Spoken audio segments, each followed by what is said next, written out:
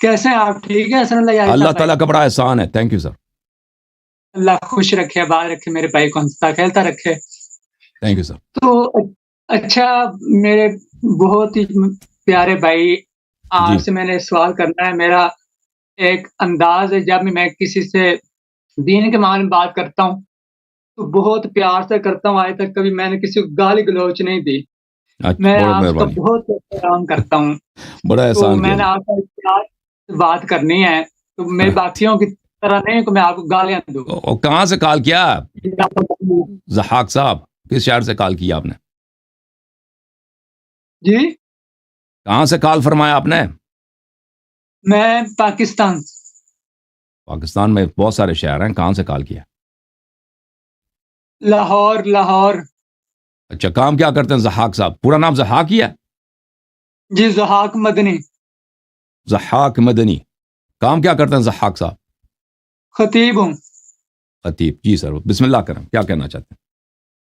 اچھا بھائی، میں نے آپ سے یہ سوال کرنا ہے کہ آپ نہ پچھلے دنوں میں یہ کہہ رہے تھے جو حضرت ابو بکر صدیق رضی اللہ تعالیٰ عنہ ہیں اور صحابہ کرام حضرت عمر فاروق اور حضرت عثمان غنی، یہ میں آپ کے گروپ کے اندر یہ بہت ٹرینڈ چل رہا تھا. وہ کہتے ہیں جی وہ ایمان سے پھر گئے تھے. تو میں نے پھر اس کو بولا کہ بھائی حسن اللہ یاری صاحب نے تو ایسی کبھی اختلافی مسائل کے بارے میں کبھی نہ انہوں نے ایسے نہیں بولا. تو پھر میں نے ان سے بولا کہ وہ کہتے ہیں جی آپ حسن اللہ یاری صاحب سے بات کر لیں، یہاں آپ کو بات کرنے کی اجازت نہیں ہے. میں چل ٹھیک، میں بھائی حسن اللہ یاری صاحب سے میں خود بات کر لوں گا. جی. تو اس کے بعد آپ کا وہ ملا یہ نمبر، یہ بھائی جعفر کاظمی سے پچھلے ہفتے بھی میں آیا تھا، لیکن میری بات آپ سے نہیں ہو سکی تھی. تو اب میں آپ سے بات کرنا، میرا ایک سوال آپ سے یہ ہے کہ کیا نبی کریم صلی اللہ علیہ وسلم کے پاس غیب کا علم تھا؟ آپ بتاؤ، آپ کا کیا عقیدہ ہے؟ لیکن ہمارا خیال ہے نہیں تو تھا. اگر ہم نے جواب دینا تو پھر آپ سے سوال کرنے کا فائدہ نہیں. آپ بتائیں نا، میں نے جواب آپ نہیں سے آتا پوچھنا ہے. تو خطیب کس بات کے ہیں؟ جب پتہ ہی نہیں ہے تو خطابت کیوں کرتے ہیں بھائی؟ پگڑی کس لیے لگائی ہے؟ ہمارے علم کے مطابق تو نبی پاک صلی اللہ علیہ وسلم کے پاس غیب کا علم نہیں تھا. نہیں تھا تو پھر تو ہم سے کیوں پوچھے گا؟ جب تمہارا عقیدہ ہی یہی ہے کہ ان کو پتہ ہی نہیں تھا، ٹھیک ہے نا، کہ غیب کا علم ان کے پاس نہیں ہے، تو اگر انہوں نے ابو بکر کو اپنے پاس رکھا ہے، کبھی نکالا نہیں ہے، ابو بکر کی بیٹی سے شادی کیا ہے، تو کوئی اعتراض بنتا ہی نہیں ہے، بات ہی ختم. تو اب میں دوسرا سوال آپ سے یہ کرنا ہے کہ نبی پاک صلی اللہ علیہ وسلم نے حضرت حسین کی شہادت کی خبر 50 سال پہلے سنا دی تھی، ایسے ہی ہے؟ آپ تو کہتے ہیں ان کو غیب کا علم نہیں ہے تو پھر خبر نہیں سنایا ہوگا نا، آپ کے عقیدے کے مطابق نہیں سنایا ہوگا کہ یہ جھوٹ ہے. پر خبر جب غیب کا پتہ ہی نہیں ہے تو کیسے سنا سکتا ہوگا؟ کیسے سنا سکتا ہوگا؟ اللہ نے بتایا تھا نا ان کو. تو پر اللہ نے ان کو غیب کے علم دیا تھا نہیں دیا تھا بھائی؟ ایک بات کرو نا. وہ بھائی غیب کا علم اللہ نے ان کو وحی کے ذریعے بتایا تھا. وہ تو ان کے سارے علوم غیب سے تھے نا، سارے علوم وحی سے تھے. وہ تو کوئی نہیں کہتا کہ وہ کوئی جنتر منتر کرتے تھے، نستجیر باللہ، کوئی وہ ستارہ نجوم وغیرہ کرتے تھے. اگر کوئی کہتا ہے ان کو مستقبل کا علم تھا تو وہ یہی کہتا ہے کہ وہ اللہ کی جانب سے. کوئی یہ تو نہیں کہتا کہ نبی صلی اللہ علیہ وسلم اللہ کے علاوہ کوئی اور بھی سورس تھا کہ ان کو علم وہاں سے ملتا تھا. یہ تو کوئی نہیں میں کہتا. آپ بقول یہ بات مان لیتا ہوں کہ آپ ابھی جا کے نا بھائی ضحاک صاحب، ابھی جا کے آپ پڑھو، ابھی جلدی آپ کے لیے مناظرہ وغیرہ کے لیے آپ جا کے پڑھائی کرو. بات سنیں نا، آپ میری بات نہیں سن رہے، میری بات مطالعہ کرو، ابھی پڑھو، ابھی ہمارے تقریروں کو اچھی طرح سے سن لو، اس کو لکھا کرو، تو میں بہت سارے بھی باتوں، ایمان مل جائے گا، علم مل جائے گا، یہاں سے نور مل جائے گا. ٹھیک ہے نا؟ میری سوالوں کا جواب تو دے دیں. دوسرا سوال میرا یہ ہے کہ جب اللہ نے نبی پاک صلی اللہ علیہ وسلم، آپ کے بقول نبی پاک صلی اللہ علیہ وسلم کے پاس غیب کا علم تھا تو ان کو پتہ لگ گیا تھا کہ حضرت حسین کی 50 سال بعد شہادت ہو جائے گی. مگر میرا اب یہ سوال ہے کہ نبی پاک صلی اللہ علیہ وسلم نے پھر یہ کیوں نے صحابہ کرام بتایا کہ میرے جانے کے بعد صحابہ کرام نہ دین سے ہٹ جائیں گے، پھر جائیں گے، حضرت ابو بکر فاطمہ کا حق کھا جائیں گے، حضرت عمر فاطمہ کا حق کھا جائیں گے، حضرت عثمان فاطمہ کا حق کھا جائیں گے. میرا آپ سے یہ سوال، اب اس سوال کو مجھے جواب دیں، اگر ان کے پاس غیب کا علم تھا، نبی پاک صلی اللہ علیہ وسلم نے اپنی زندگی میں کیوں نہیں یہ بات بتائی؟ پہلی بات ہے کہ آپ خود کہہ رہے ہیں ان کو غیب کا علم نہیں تھا نا. پہلی بات یہ ہے کہ آپ کہتے ہیں خود کہہ رہے ہیں شروع کیا کہ غیب کا علم ہی نہیں تھا. اگر نہیں تھا تو پھر یہ سوال آپ کا بنتا ہی نہیں ہے کہ انہوں نے بتایا کیوں نہیں. جب علم ہی نہیں تھا تو کیا بتا دیتے؟ پہلی بات یہ ہے. دوسری بات یہ ہے کہ اپنی کتابوں کو پڑھا کرو، جیسے میں نے کہا کہ تم پڑھو، ابھی تم مطالعہ کرو، تم پڑھو، تم سیکھو، تم میرے تقریروں کو سیکھ لو، لکھا کرو، اس کو نوٹ کیا کرو، تو تمہیں بہت سارا علم مل جائے گا. یہ دیکھو تمہارے سوال کا جواب ادھر ہے. صحیح البخاری، چاپ دار احیاء التراث العربی، کتاب چھپی ہے 2001 میں بیروت لبنان میں، ٹھیک ہے نا. یہاں پہ ملاحظہ کریں، حدیث نمبر ہے 4625. 4000 کتنا؟ 625. اچھی طرح سے سن لو ضحاک صاحب. فرماتے ہیں عبداللہ ابن عباس سے روایت ہے، عبداللہ ابن عباس سے روایت ہے کہ رسول اللہ صلی اللہ علیہ وسلم نے فرمایا کہ قیامت کے دن یجاء برجال من امتی فیؤخذ بهم ذات الشمال. روز قیامت میرے امت کے کچھ لوگوں کو لایا جائے گا اور ان کو جہنم کی طرف لے کے جایا جائے گا. میرے امت کے کچھ لوگوں کو لایا جائے گا اور ان کو جہنم کی طرف لے کے جایا جائے گا. تو میں کہوں گا، تو میں کیا کہوں گا؟ میں کہوں گا یا رب اصحابی. تو میں کہوں گا یا رب یہ تو صحابی ہیں میرے، یہ میرے کیا ہیں؟ یہ میرے صحابی ہیں. فیقال، اللہ تعالیٰ فرمائے گا انک لا تدری ما احدثوا بعدک. فرمایا کہ آپ کو کیا پتا کہ آپ کے بعد انہوں نے دین میں کون سی بدعتیں داخل کی ہیں. ٹھیک ہے نا. پھر کہا جائے گا اللہ کی جانب سے ندا آئے گا ان ہؤلاء لم يزالوا مرتدین علی اعقابهم منذ فارقتهم. یہ اسی وقت جو آپ کے وفات کے وقت ہی سے مرتد ہو گئے تھے. جی آپ کے وفات کے وقت ہی سے مرتد ہو گئے. تو آپ نے کہا نا کہ نبی صلی اللہ علیہ وسلم نے بتایا کیوں نہیں؟ نبی نے تو بتا دیا ہے، واضح طور پہ بتا دیا کہ صحابی جہنمی ہوں گے. جہنم کس لیے جائیں گے؟ کہ انہوں نے دین میں بدعت داخل کی ہے، اور یہ نبی صلی اللہ علیہ وسلم کے وفات کے ساتھ ہی یہ مرتد ہو گئے. اور نبی صلی اللہ علیہ وسلم کے وفات کے ساتھ پہلی بات یہ کہ کوئی صحابی کرسچن نہیں بنا، یہودی نہیں بنا، مشرک بت پرست نہیں بنا.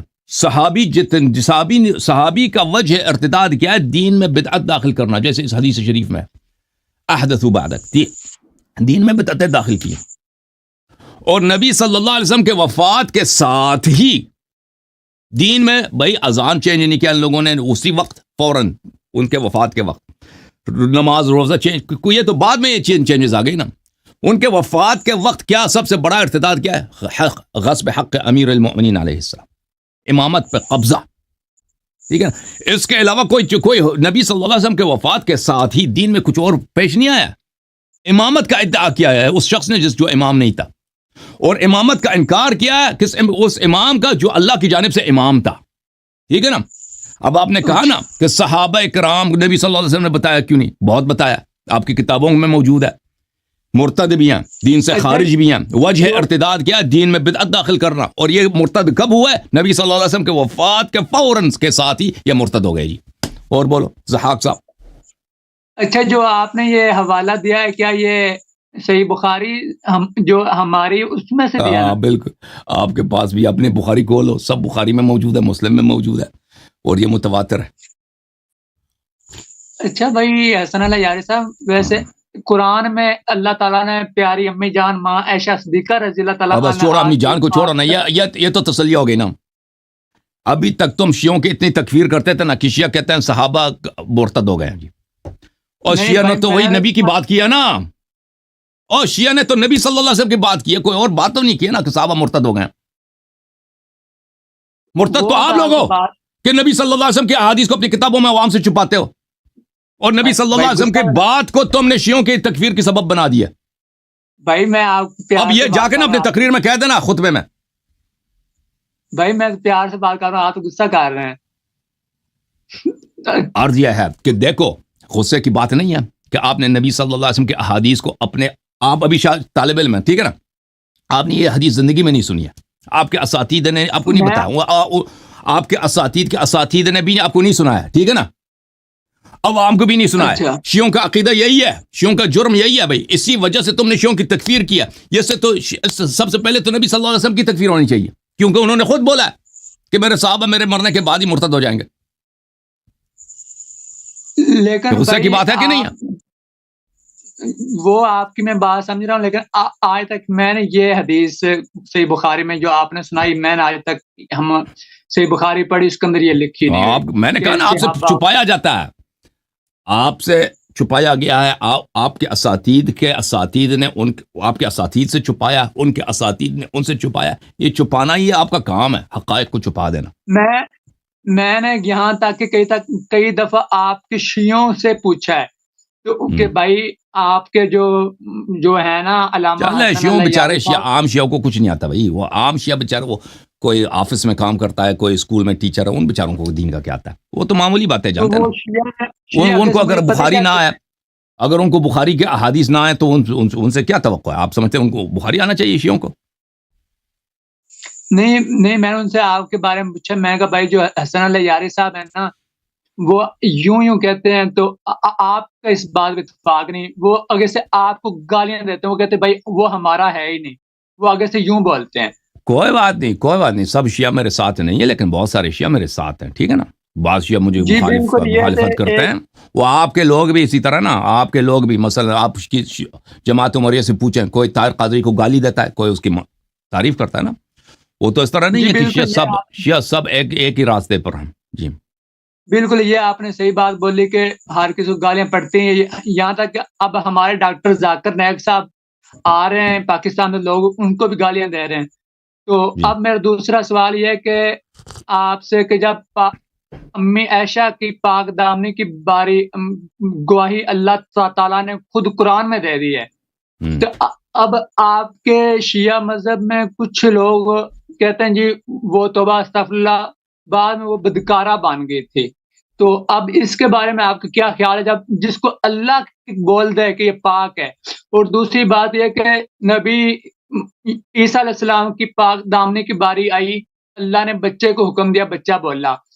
نبی یوسف وہ آیت پڑھو نا جو عائشہ کی پاک دامنی والی آیت, تم پڑھو کہ اللہ نے بولا عائشہ پاک دامن ہے. بھائی کون سی آیت ہے؟ ہمیں تو نہیں ملا وہ آیت قرآن میں, آپ پڑھ کے سناؤ. بھائی وہ آپ کو سورۃ نور میں ہے. آپ خطیب ہے نا, آپ ادعا کر رہے ہیں کہ قرآن میں آیا ہے ادھر عائشہ کی پاک دامنی کی دلیل ہے, وہ اس میں کیا لکھا ہے؟ وہ پڑھ کے ضرور سناؤ. قرآن میں واضح بول دے پاک مردوں کے لیے پاک ہوتے ہیں. وہ پڑھ کے سناؤ نا بھائی, پڑھ کے سناؤ.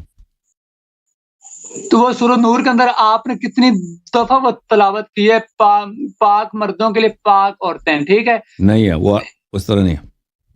تو بھائی وہ قرآن میں ہے, لیکن آپ نام بول رہے تھے, اس میں میں کچھ نہیں کہہ سکتا. مگر آپ نا یہ دوسری بات میں نے آپ سے یہ کرنی تھی کہ دیکھو بھائی, نہیں دوسری بات نہیں, ایسے موضوع کو چینج نہ کیا کرو بھائی. میں دیکھو عائشہ کی جو آپ پاک دامنی کی آپ بات کر رہے ہو, یا ٹھیک ہے نا,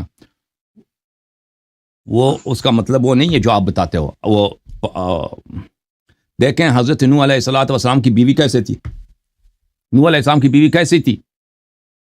وہ جہنمی تھی. اور لوط علیہ السلام کی بیوی جہنمی تھی.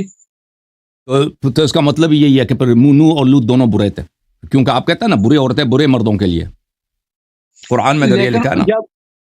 ان کے جب دور میں تو خاموش یہ کتاب قرآن مجید, الخبیثات اعوذ باللہ من الشیطان الرجیم, الخبیثات للخبیثین والخبیثون للخبیثات والطیبات للطیبین والطیبون للطیبات. اس کا مطلب یہ نہیں ہے کہ ہمیشہ اگر کوئی مرد اچھا ہے تو اس کی بیوی بھی اچھی ہے. یہ کوئی ضروری نہیں ہے. ہو سکتا ہے کہ مرد بہت اچھا ہو, بیوی اس کے بہت ہی بری ہو, اور مرد جو ہے بہت برا, بیوی اس کی بہت اچھی ہو. یہ دنیا میں بہت ہے. آپ کے شہر اپنے پڑوس میں دیکھو, 100 اس طرح مثال ملیں گے آپ کو. تاریخ میں انبیاء کے ساتھ یہی ہوا. ہاں بالکل. اس کا مطلب کیا ہے؟ اس کا مطلب یہ ہے, جامع البیان عن تاویل آیات القرآن ابن جریر طبری کی تفسیر ہے, جزء 17 2014 میں چھپی ہے. ملاحظہ کریں, اس کا مطلب یہ ہے, اس کا مطلب یہ عبداللہ ابن عباس نے اس کی تفسیر کی. الخبیثات من القول للخبیثین من الرجال. الخبیثات للخبیثین یعنی الخبیثات من القول للخبیثین من الرجال والطیبات من القول للطیبین من الرجال. کہ اچھی باتیں اچھی لوگوں کے لیے. سمجھ میں آئی نا بات؟ آپ کو سمجھ میں آئی نا؟ آیت کا یہ مطلب ہے کہ اچھی جو بات ہم کہتے ہیں عالم ہے، با تقوی ہے، پرہیزگار ہے، فاضل ہے، یہ اچھے لوگ، یہ کلمات اچھے لوگوں کے لیے. آپ ایک برے آدمی کو ادھر لاؤ نا، اس کے لاکھ تعریف کرو، ایک بدماش ہے، قاتل ہے، کہ بڑا متقی ہے، بڑے پرہیزگار ہے، یہ تہجد گزار ہے، یہ کلمات اس کے لیے ہے ہی نہیں، اس کے لیے خبیث کلمات ہیں. کہہ دو کہ یہ قاتل ہے، یہ چور ہے، یہ بدماش ہے.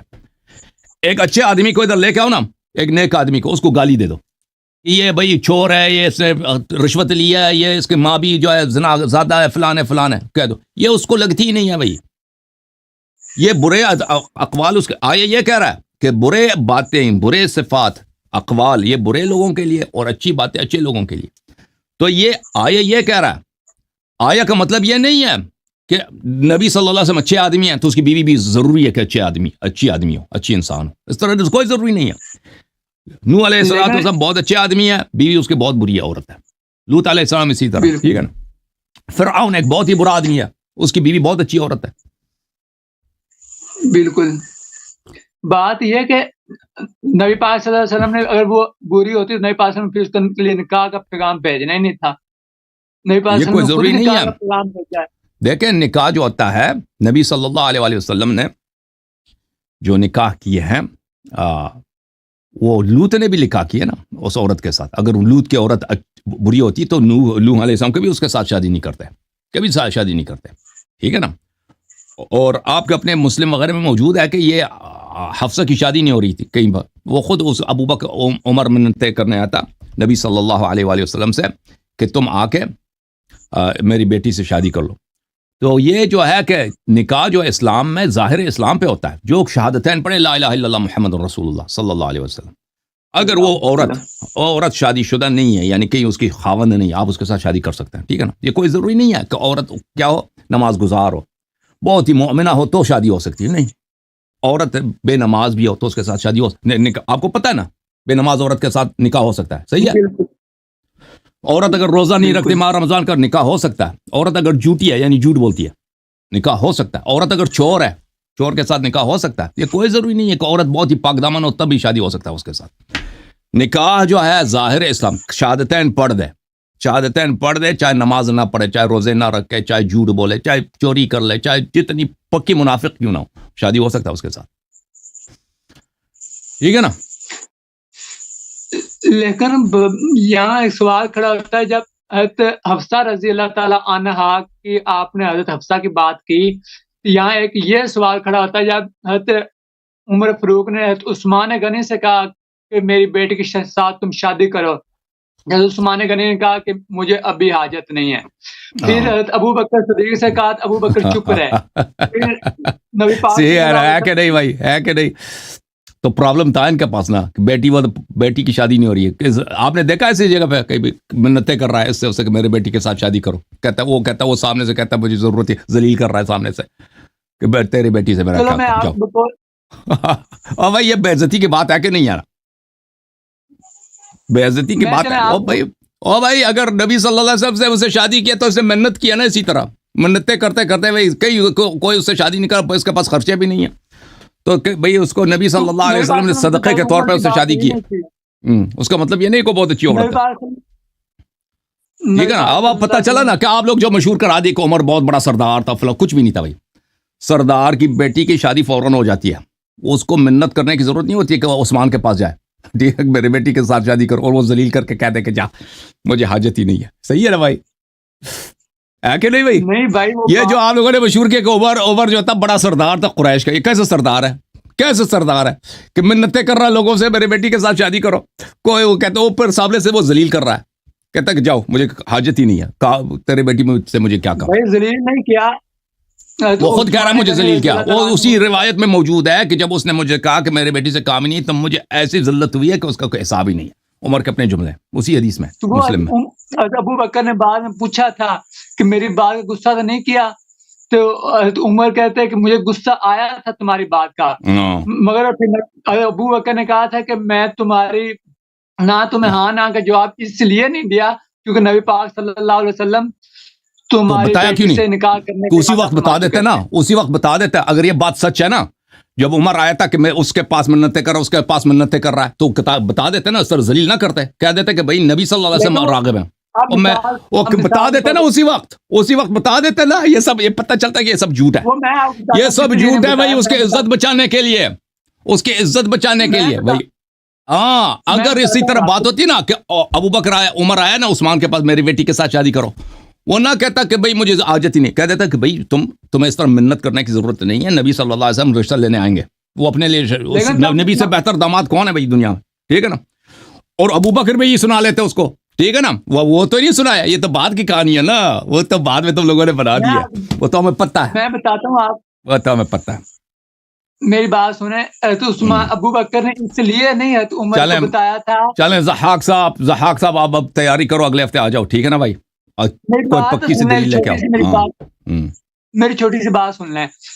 ابو بکر نے اس لیے نہیں حضرت عمر کو بتایا تھا کہ حضرت ابو بکر صدیق رضی اللہ تعالیٰ عنہ نبی پاک صلی اللہ علیہ وسلم کے سچے دوست بھی تھے اور بھی تھے. تو کہہ دیتے نا عمر سے، اور کہہ دیتے عمر سے کہ بھائی میں تیرے بیٹی سے نہیں، تجھے منت کرنے کی ضرورت نہیں ہے، نبی صلی اللہ علیہ وسلم خود تیرے بیٹی سے شادی کرنے کے چکر میں. بھائی میری بات ہے پوری سن لیں آپ. اس لیے نہیں حضرت ابو بکر نے بتایا تھا کہ نبی پاک صلی اللہ علیہ وسلم کا وہ راز تھا، اور نبی پاک صلی اللہ علیہ وسلم کا راز کون سی راز ہے؟ شادی کوئی راز ہے بھائی کہ فلان جگہ میں شادی کرنا چاہتا ہوں، تو بعد میں کیوں؟ دیکھو راز وہ آپ نے راز بنا دیا نا، وہ کوئی حدیث میں نہیں ہے. اب دیکھو میں تمہیں اب عمر کا اپنا قول دکھا دیتا ہوں. یہ کتاب صحیح مسلم ہے، چاپ دار الفکر ہے، کتاب چھپی ہے سن 2010 میں، ٹھیک ہے نا بھائی. یہ ملاحظہ کریں. بابن اس کے مصنف کون ہے کتاب کا؟ مصنف مسلم ابن حجاج النشابوری. کتاب صحیح مسلم ہے بھائی، کہتا مصنف کون ہے؟ مسلم ابن حجاج النشابوری. کتاب الطلاق باب فی العیلہ. یہاں پر روایت ہے کس سے؟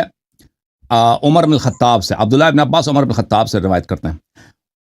عمر خود کہتا ہے فقال عمر قلت یا حفصہ، میں نے اپنی بیٹی سے کہا اے حفصہ اقد بلغ من شأنک ان تؤذی رسول اللہ صلی اللہ علیہ وآلہ وسلم، اب تیری حالت یہ بنی ہے، میں نے اپنی بیٹی سے حفصہ سے کہا کہ تو پیغمبر صلی اللہ علیہ وسلم کی اذیت کرتی ہے. اچھا، اور آپ کو پتہ ہے کہ نبی صلی اللہ علیہ وسلم کی اذیت جو ہے وہ اللہ کا دشمن ہے، ٹھیک ہے نا. ان الذين يؤذون الله ورسوله لعنهم الله في الدنيا والآخرة وأعد لهم عذابا مهينا. لقد علمت، اے حفصہ تو بخوبی جانتی ہے، یہ باپ بیٹی میں گفتگو ہو رہی ہے. باپ ہے عمر، بیٹی ہے حفصہ. عمر خود راوی ہے، کہتا ہے صحیح مسلم کی روایت ہے، اے حفصہ تو بخوبی جانتی ہے ان رسول اللہ صلی اللہ علیہ وسلم لا يحبك، تو بخوبی جانتی ہے کہ پیغمبر صلی اللہ علیہ وسلم تجھ سے محبت کرتا ہی نہیں ہے، ٹھیک ہے نا. کوئی محبت ہی نہیں تھا نبی صلی اللہ علیہ وسلم کو ان سے. کیوں نہیں محبت کرتے جب اللہ نے کہہ دیا کہ عمر سے پوچھ لینا نا، عمر سے پوچھ لینا. عمر جھوٹ کہہ رہا ہے، پر عمر جھوٹ کہہ رہا ہے. عمر سے تو زیادہ حفصہ کو جانتا. عمر جو خود کہہ رہا ہے حفصہ سے کہ رسول صلی اللہ علیہ وسلم تجھ سے محبت نہیں فرماتے اور تو ان کی اذیت کرتی ہے.